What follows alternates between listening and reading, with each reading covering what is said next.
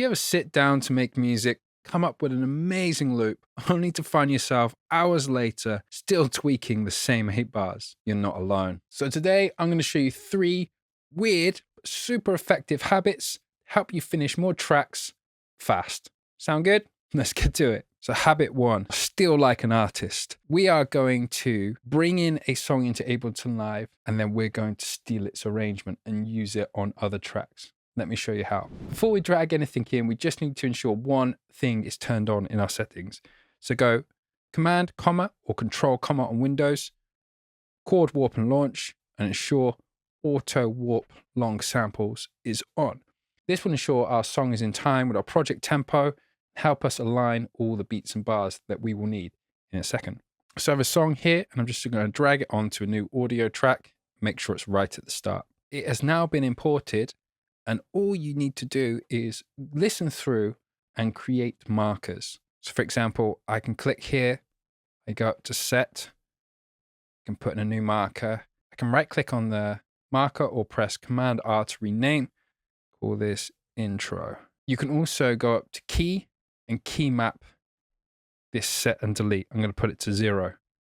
So now I don't have to click on that each time. I can just listen through, tap 0, drop a marker, rename it. What you're going to do is you're going to go through your song and you're going to listen for every new element that comes in or a change and just mark it out. So don't necessarily think you have to do intro, verse, chorus. You could be like shaker in, kick drum out. If you do this, you're going to give yourself an amazing recipe to organize and structure your loops. So I'm going to fast forward through this now, and then I'll show you my structure at the end. Let's get the headphones on for this one.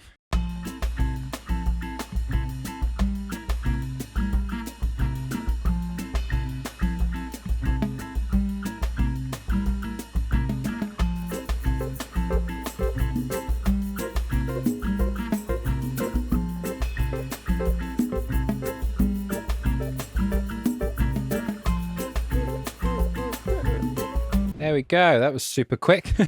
Okay, so now if I press minus to zoom out, close this browser down so you can see, I now have like a complete structure of Rufus the Soul Underwater.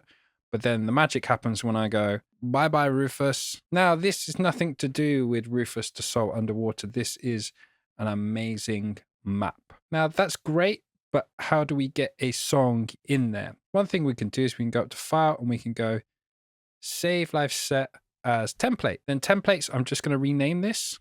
I'm going to go rename to, I'm going to call it Song 1. Boom. There we go. So we have a template now that I can recall at any point. I've opened up a new track. Now what happens when I do this? If I go Song 1 and I want to bring this in, whoa, I can't bring in the markers. So this is a bit of a problem. So what we can do is we can go to a song that we've already got. So for example, this one here. So I'm going to open a new song.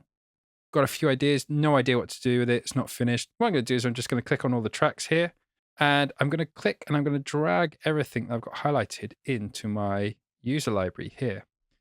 Now this sign will come up and it will say you have copy/move documents into a project, or turn no off from all these. So I don't want to copy it and duplicate the files into my user library. That's going to clog my hard drive up. So I'm going to just go copy. So you're going to copy across this data here. Now, the reason why that came up was because I have a setting turned on here. Go into settings. You want to go to library and collect files on export, put to ask. This is set to always, but I recommend putting it on ask. If you also would like to know some other amazing settings that are very important for you to turn on in Ableton Live that will just make your life easier, I have a video up here on it. So check that out. Okay, so now that's set up, that's in there. What I can do is I can open up my template, new song, get my drums, drag them in. Boom, we're ready to rock and roll. I have my loops and I have my structure. And I just go across the page, follow the recipe, and have a fully finished song. Pretty cool, hey? So now that you have a roadmap, you're not guessing what comes next. Habit number 2 is to flip between session view and arrangement view. Now, sometimes we'll come up with a song in session view, be staring at the same 8-bar loops, hoping for an answer to just magically appear in our head. So what we could do is we can actually take some of these arrangements, throw them back into the other view, jam it out as if we were taking our song to band practice and then record it back in. So there's a couple of ways of doing this. You can simply go and if you've got an equal amount of bars, you can simply do that and press Command C and that will copy everything. We flip it into session view. Make sure you click on the first one, press Command V, and that will get it all going in this view. So if I press that,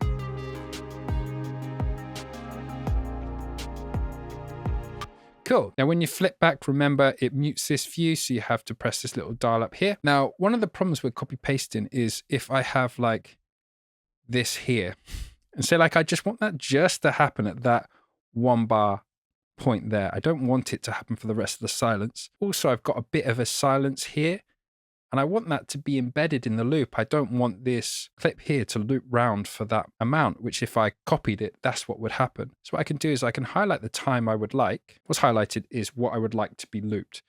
And I can right click and press Consolidate Time to New Scene. Boom. What's it done? Uh-oh. Only joking. So it's done it into the other view. So now if you look, I have a new scene. I believe it's this one. Yep. And it's baked in the silence. Can you see that? So now,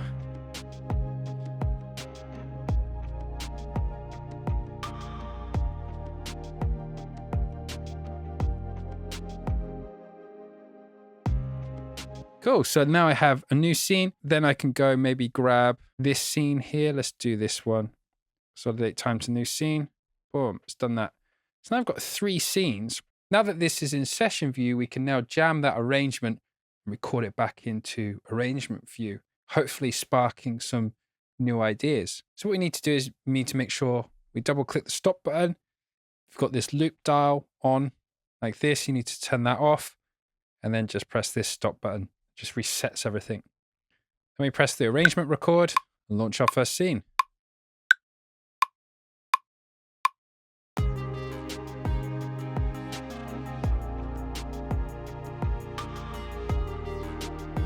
Then scene 2, 2, 3, oh.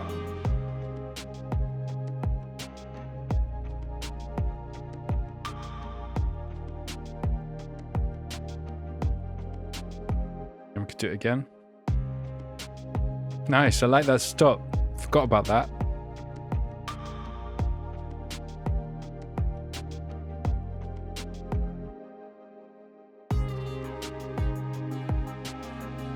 And so on. You can go through and really jam this arrangement out.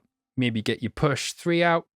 If you don't know how to use a push 3, I have a video on it here. Or your launch pads, or if you're unsure what MIDI controller you actually want to use, I've done another video up there as well where I compare all the MIDI controllers. But that's a really good use case for getting a Ableton controller. If you go back in, you have this here, new arrangement.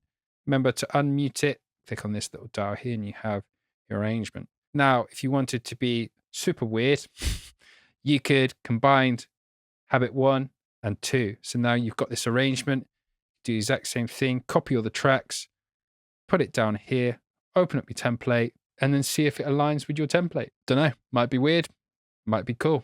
Who knows? Experiment, that's the fun, right? So habit number 3, last but not least, you want to structure your song backwards. What? Let me show you. So I have a song here where I'm working in session view. I've got a sample pack, which is actually my free sample pack. So if you want a free sample pack, it's in the description below. You can download that. Won't cost you a thing. And I've dragged it in and I've got a bunch of clips going. And this is my loop of doom. I'm stuck. I don't know where to go. So check this out. If I press play.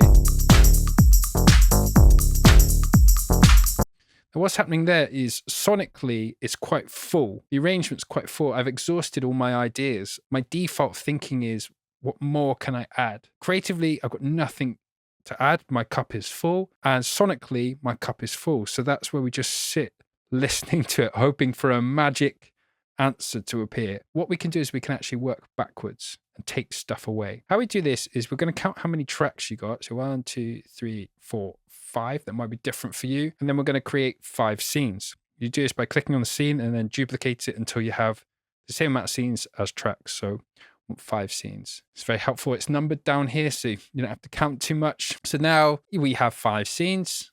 5 tracks. Looks pretty, but it's absolutely pointless. 5 of the same thing. So now we're going to use that initial scene as the destination point. So scene 5 is where we want to get to. And we're going to work backwards and take one element away at a time. So then each scene is introducing a new element and it's raising the energy. So the one that we want to take away is we want to think about what brings in the most dynamic lift. Like when that comes in, that'll feel like we're at the destination. Usually it's the drum top, so that's all the cymbals and hi-hats and stuff. So I'm going to click on that, the clip in scene 4, hold down shift, click on the very top one, press delete, gone. What's the next one? It's probably shaker, which I think was this one here. Let's just press solo. Yeah, it's that one. So I'm going to take that one out from scene 4 onwards. Gone. Then maybe the percussion.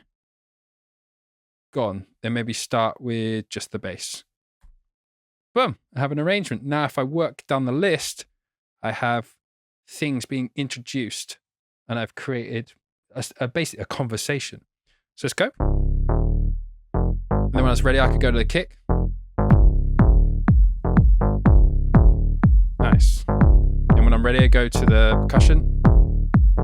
1, 2, 1, 2, 3,